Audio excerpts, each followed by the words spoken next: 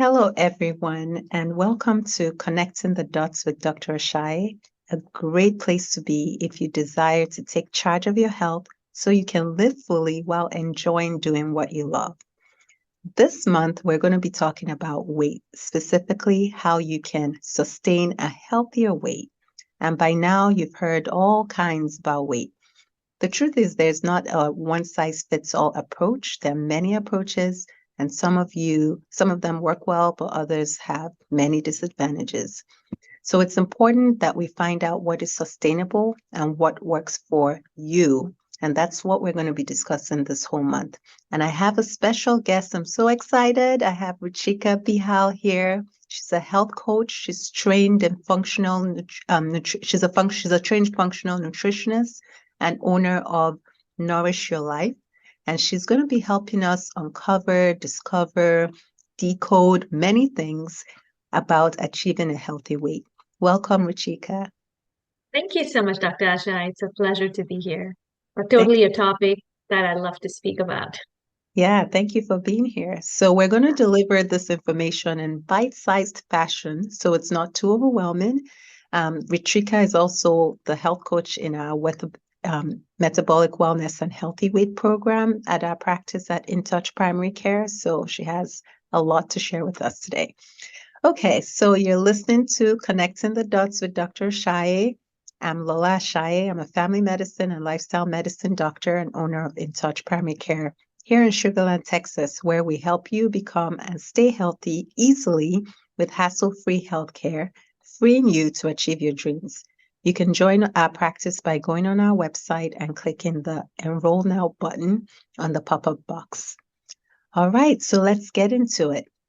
Part three of this five-part series. So be sure to go back and listen to parts one and two.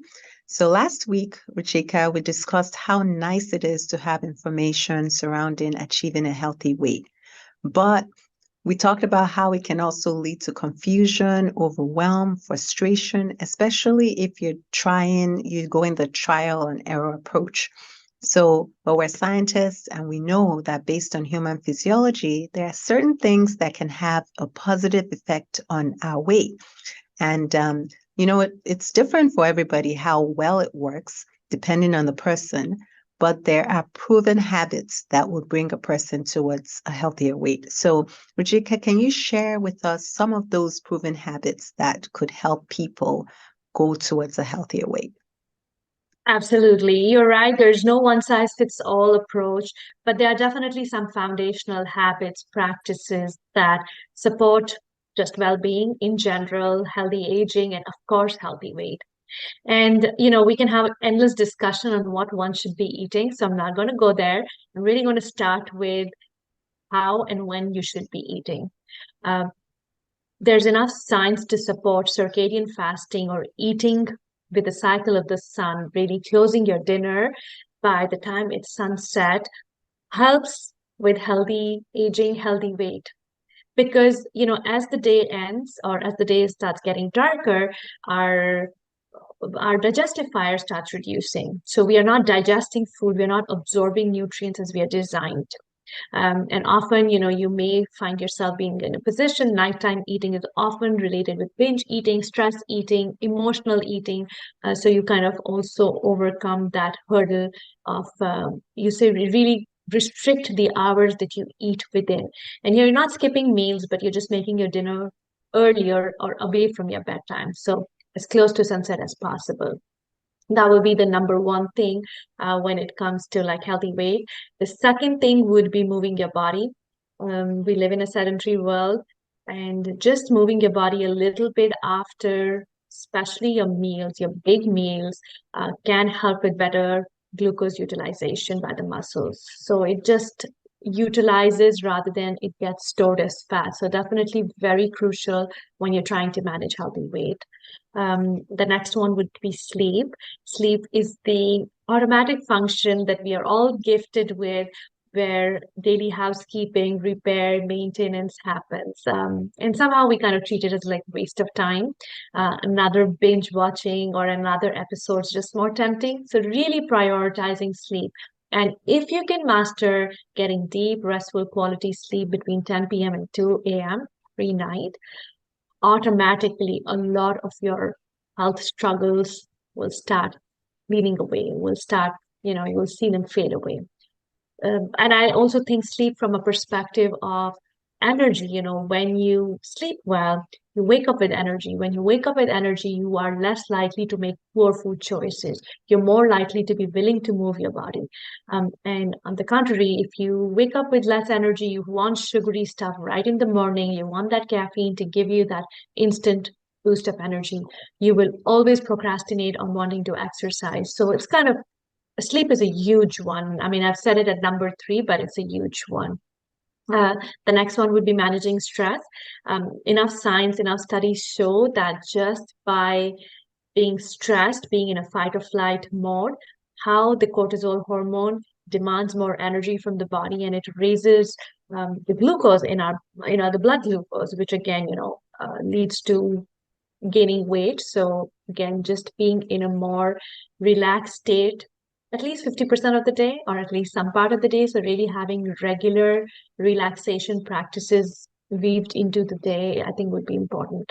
And the last one would be support and accountability, right? Like, having the right people, having the right tools in your toolkit, and people can be tools too, like, in the toolkit, who you can reach out to, who you can reach out not only when things are when you're struggling, but also who you can celebrate with.